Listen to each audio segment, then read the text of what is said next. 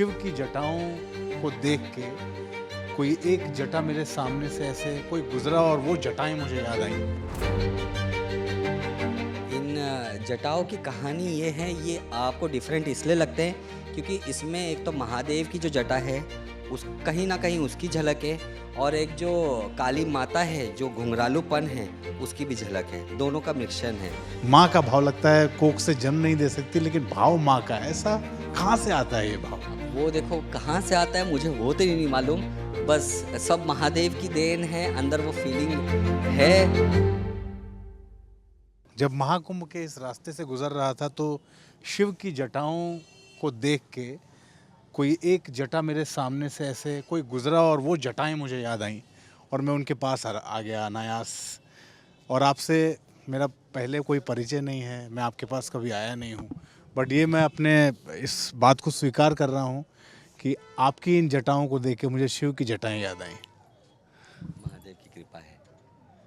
ये जटा जो है ये पहली बार देख रहा हूँ मैं, मतलब ऐसे किन्नर समाज में मैंने बहुत लोगों के इंटरव्यू किए, बट सबसे पहले तो शुरुआत इस इंटरव्यू की यहीं से करते हैं कि इन जटाओं की कहानी क्या है।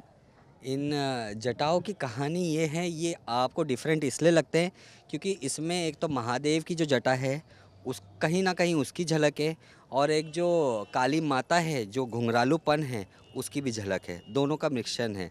तो ये थोड़ा डिफरेंट लगता है अलग से। इसको मुझे कैरी करते हुए 10 साल हो गए हैं। 10 साल से आप ऐसे चलती हैं जी। इसको लेके? तो पहले सबसे पहले जब इसको बनाया था भाव क्या था कि ऐसे ऐसे बाल रखने हैं, क्या भाव आया मन में? देखो मैं तो हूँ सबसे पहले महादेव की भक्त। तो कहीं ना कहीं मुझे ना जब एक जटा वाला जो साधु संत दिखते थे तो मुझे ऐसा लगता था कि नहीं मेरे भी जटा हो। मैंने काफ़ी ट्राई किया, मेरे जो ओरिजिनल बाल हैं उसको मैंने वो आजकल वो हेयर स्प्रे आता है ना स्टाइलिंग के लिए, कड़क हो जाता है, वो लगा के मैंने यूं यूं यूं ऐसा किया, लेकिन वो क्या वॉश करने के बाद खुल जाता था।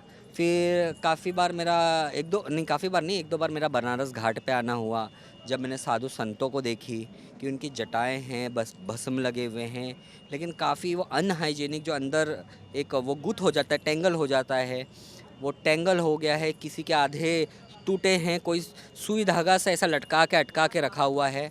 तो एक दिमाग में आया कि ये जटा तो है चलो इनकी, लेकिन इनको संवारने वाला कोई नहीं है। तो मैं गोवा में रहती थी तभी, 6 साल मैं गोवा रही हूँ। तो वहाँ कैसा टूरिस्ट आते हैं, फॉरेनर वगैरह आते हैं, तो मेजॉरिटी मैंने देखी उनके जटाएं होती है। तो मैंने थोड़ा रिसर्च की, बताई कि हाँ चलो इनको पता होगा जटा वगैरह के बारे में, हमारे पास आते थे, मिलना जुलना होता था। तो वहाँ एक फ्रांस का ये था ड्रेडलॉक आर्टिस्ट, लॉक्टिशियन जिसको बोलते हैं, उससे बातचीत हुई, उनसे मैंने पता कराया, तो बोले कि ये प्रोफेशनल तरीके से होते हैं, जो नीट एंड क्लीन दिखते हैं, हाइजीनिक होते हैं, और इसकी ट्रेनिंग भी होती है। जैसे बाहर देशों में इसके काफ़ी आर्टिस्ट है। तो मैं और मेरी जो किन्नर समाज की पार्टनर है राधिका, हम दोनों ने साथ में इस चीज़ को प्लान नहीं सीखे पहले हमने। हाँ हम सर्टिफाइड हुए। सर्टिफाइड होने के बाद फिर मेरे जो ओरिजिनल बाल थे उसमें मैंने एक्सटेंशन ऐड किए। इसके एक्सटेंशन अलग से ऐड होते हैं। जो साधु संतों के होते हैं वो भस्म लगा के बड़ का दूध लगा के तपस्या पे बैठते, तो वो ना वॉश होते ना कुछ होते, तो वो जटा हो जाते। जो साधना पे बैठते हैं वो उनके ऑटोमेटिक जटा हो जाते हैं, लेकिन वो क्या मिक्स होते, नीट एंड क्लीन नहीं होते हैं। तो मैंने सबसे पहले मेरे हेयर्स पे कराया। मेरे को चाहिए था कि क्या डिफ़िकल्टीज़ है, क्या चीज़ फेस करना पड़ता है, तो मैंने मेरे हेयर में कराया 10 साल पहले। और ऐसा हुआ कि बस महादेव की कृपा है कि आज तक मेरे को इस चीज़ को हटाने का मन ही नहीं किया। मेरी एक पहचान बन गई। 2 साल हमने इस पे रिसर्च किया, फ्रीलांसिंग किया, और जो है उसके बाद जब हम खुद एक्सपीरियंस हो गए इस चीज़ में ट्रेनिंग के बाद, तो हमने 2016 में एकेडमी तो स्टार्ट कर देते ट्रेनिंग करना, लेकिन जो ऑफिशियली है वो हमने प्रॉपर जो एक एकेडमी होता है वो 2018 में सबसे पहला देश में इंडिया में हमने स्टार्ट किया इस चीज़ का, जहाँ काफ़ी लोग आते हैं जो जटा संवारते हैं, लगाते हैं, और जिन साधु संत की ओरिजिनल जटा जो ख़राब हो गई है, गूद गई है, टेंगल हो गई, उसको हम सेपरेट करते हैं। उसको आप ठीक भी करते हैं? जी बिल्कुल। मेरे पास ऐसे ऐसे क्लाइंट आए हैं कि एक दो नहीं, सारी जटाएं आपस में मिक्स हो गई हैं, तो उसको हम डिटेंगल करते हैं प्रोफेशनल तरीके से, जिसमें उनके बाल डैमेज नहीं हो, ना उनके बाल को कोई नुकसान हो, और जो है वो जितना ज़्यादा से ज़्यादा हम बचा सकें हम बचा सकते हैं। ये आर्ट इंडिया में लेके आने वाली आप पहली मतलब जो लेके एकेडमी वगैरह सब हमने सबसे पहले, इसके पहले आप अगर देखोगे सर्च करोगे 2018 के पहले कोई भी एकेडमी नहीं थी इस चीज़ को। इस आर्ट को आगे लेके समाज की मुख्य धारा में जुड़ना क्या भाव आता है जब ये सोचती हैं कि मैं इस समाज से पहली ट्रांस वुमेन हूँ जो ये काम करती हूँ?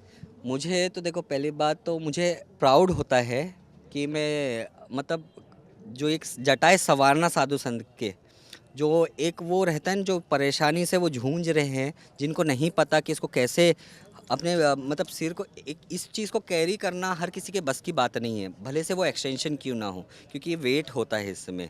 तो एक तरीके से इस चीज़ को जो मैं देखा, अगर सनातन धर्म के हिसाब से देखूँ, तो मुझे बहुत गर्व होता है कि हाँ चलो, मैं सनातन धर्म के लिए कुछ तो कर रही हूँ, कि हाँ चलो भले से साधु संतों की जटा तो संवार रही हूँ, तो महादेव तो देख रहा है जी। महादेव कौन है आपके लिए? महादेव अगर मन में आते हैं, महादेव जब नाम सामने आता है, पहला भाव क्या आता है मन से? देखो, पहले तो सबसे पहले महादेव को तो हम सबसे पहले हम हमारे रूप में देखते हैं, अर्धनारीश्वर रूप। फिर दूसरा जो आता है, हम मुझे एक ही चीज़ समझ में आता है कि महादेव सबसे भोले हैं, इसलिए उनको भोलेनाथ कहा जाता है। मतलब ऐसा है कि मैं कुछ भी मांगूँ तो मुझे ऐसा लगता है कि हाँ पूरा हो जाएगा, तो बहुत एक सुकून मिलता है। मेरे लिए महादेव सब कुछ है। एक शरीर में माँ और बाबा दोनों विराजमान हैं। इस शरीर में आप रह रही हैं, इस शरीर में माँ और बाबा एक साथ आपके साथ रह रहे हैं। ये भाव जब आता है तो मन में पहली चीज़ क्या आती है कि एक ऐसा शरीर जिसमें माँ और बाबा दोनों विराजमान? आता है ऐसा, देखो माँ और बाबा तो नहीं बोल सकती मैं, हाँ मुझे ऐसा हमेशा फील होता है कि हाँ एक मैं माँ हूँ। हाँ माँ हूँ, ये फील होता है। और मुझे लगता है कि हाँ मैं कुछ मतलब एक वो प्रॉपर कोख से जन्म तो दे नहीं सकती, लेकिन मैं कुछ करना चाहती हूँ, जिससे जो छोटे छोटे अनाथ बच्चे हैं उनके लिए मैं कुछ करना चाहती हूँ। जो मुझे प्यार से माँ बोले, मुझे प्यार से माँ बोल के बुलाए तो मुझे वो सुकून आएगा। मेरे को हमेशा सिर्फ ऐसा लगता है कि हाँ मुझे कोई माँ बुलाए। जब मेरे किन्नर समाज में भी जो मेरे चेलन आती हैं, वो भी जब मेरे को माँ करके बुलाते हैं, मैंने बेटा बना रखी हूँ धर्म का, मेरा ही आर्टिस्ट है, काफ़ी सालों से जुड़ा हुआ है, तो जब वो मुझे माँ करके बुलाता है ना, तो बहुत सुकून मिलता है। तो मैं तो अपने आप के अंदर माँ ही समझती हूँ। ऐसा माँ भाव हाँ। क्यों आता है? ऐसा मतलब आप कह रहे थे कि माँ का भाव लगता है, कोख से जन्म नहीं दे सकती, लेकिन भाव माँ का है। ऐसा कहाँ से आता है ये भाव? अब वो देखो कहाँ से आता है, मुझे वो तो नहीं मालूम, बस सब महादेव की देन है, अंदर वो फीलिंग है, वो भाव आता है, तो वो मैंने आपको बता दी। अब वो कैसे आता है, क्या मैं वो मतलब मेरे पास वो शब्द नहीं है कि मैं एक्सप्लेन कर सकूँ उस चीज़ को। सबसे आखिर में एक प्रश्न, इस समाज में, किन्नर समाज ने जो दंश झेले हैं सालों से, जो गालियाँ सुनी हैं, जो लोगों के कहते हैं ना टिप्पणियाँ सुनी हैं, लोगों की के ताने सुने हैं, और आज जहाँ जिस रूप में आपको अब स्वीकार किया जा रहा है, चाहे वो कोई आयोजन हो, कोई सम्मेलन हो, या फिर घर में तो आपके आना और आपके द्वारा किसी को आशीर्वाद देना हमेशा से बहुत पवित्र माना जाता है, बट समाज में कितना आपको लगता है कुछ बहुत कुछ बदल गया पहले से लेके अब तक? आपको लेके जो भाव था उसमें बहुत बदलाव आ गया है? जी बिल्कुल, अगर बात करना चाहूँ 15-20 साल पहले की, तो वो टाइम पे लोगों में इतना एक्सेप्टेंस नहीं था कि लोग एक किन्नर समाज को अपने आम जो ज़िंदगी है, जो आम लोग हैं उसमें शामिल करें। एक्सेप्टेंस नहीं था, चाहे वो पेरेंट्स की बात हो जाए, या कहीं जॉब की बात हो जाए, या चाहे स्कूल कॉलेजों की बात हो जाए, या चाहे घर के रिश्तेदारों की बात हो जाए, आस पड़ोस की बात हो जाए। तो वो टाइम पे जो था, लोग बहुत सारे, आज भी 100% एक्सेप्टेंस नहीं है, लेकिन हाँ अगर मैं कंपेयर करूँ वो टाइम से आज के टाइम पे, तो एक्सेप्टेंस ज़्यादा है, क्योंकि एजुकेशन ज़्यादा है, लिटरेट पीपल ज़्यादा है। वो टाइम पे एजुकेशन नहीं था, तो मतलब एक सारा जो जड़ है वो है एजुकेशन। जितना लोग एजुकेटेड हो रहे हैं आज के दौर में, उतना लोग हमको समझ रहे हैं और हमको एक्सेप्ट कर रहे हैं। पहले कैसा होता था कि हाँ किसी के घर में बच्चा होता था, या शादी ब्याह होती थी तो लोग किन्नरों को नाचने बुलाते थे या बधाई लेने बुलाते थे, आशीर्वाद लेते थे। लेकिन आशीर्वाद लेने के बाद, हमको पूजने के बाद, हमसे आशीर्वाद लेने के बाद हमको एक्सेप्ट नहीं करते थे समाज में। जो एक वो था एक बोलते हैं ना, दूरियां थी उस चीज़ में, एक आम जीवन, आम लोगों के साथ उठने बैठने में और एक आशीर्वाद लेने में। वो सिर्फ, मुझे ऐसा लगता है कि वो टाइम पे सिर्फ नाम के तौर पे था या तो फिर डर के तौर पे था, दोनों में से एक चीज़ होती है। लेकिन आज ऐसा है कि लोग आशीर्वाद के लिए, वो तो देखो जो बधाई लेना, खुशियों में जाना, आशीर्वाद लेना, ये हमारी जन्म अधिकार है, तो ये तो जन्म ज़िंदगी चलते रहेगा। लेकिन आज के दौर में कैसा है, लोग उसमें भी एक्सेप्ट कर रहे हैं। और साथ ही साथ जब कोई हमारे किन्नर समाज से कोई प्रोफेशनल लाइफ अगर ये करता है, डिसाइड करता है या आगे बढ़ता है, तो उसमें भी काफ़ी लोग सपोर्ट करते हैं। मुझे भी काफ़ी लोग ने सपोर्ट किया है, हमारे किन्नर समाज ने भी सपोर्ट किया है। इसलिए हमारे समाज में से कोई दरोगा बन रहा है, कोई डॉक्टर बन रहा है, कोई विधायक बन रहा है, तो ये सपोर्ट है, तो काफ़ी चेंज हो रहा है।